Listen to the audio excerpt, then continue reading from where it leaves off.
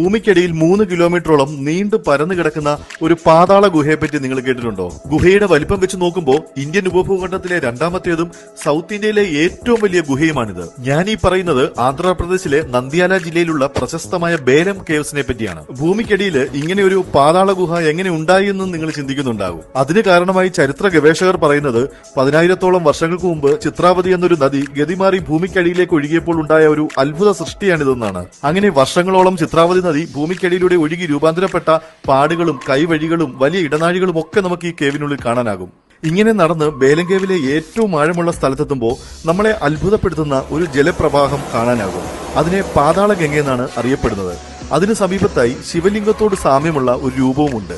നൂറ്റാണ്ടുകളോളം ഭൂമിക്കടിയിൽ മറഞ്ഞു കിടന്നിരുന്ന ഈ ഗുഹ കഴിഞ്ഞ 150 വർഷത്തിനിടയ്ക്ക് മാത്രമാണ് ആധുനിക സമൂഹം കണ്ടെത്തുന്നത്. പക്ഷേ 6000-ഓളം വർഷങ്ങൾക്ക് മുൻപ് ബുദ്ധ സന്യാസിമാർ ഇവിടെ താമസിച്ചിരുന്നതിന്റെയും ധ്യാനമിരുന്നതിന്റെയും ഒക്കെ തെളിവുകൾ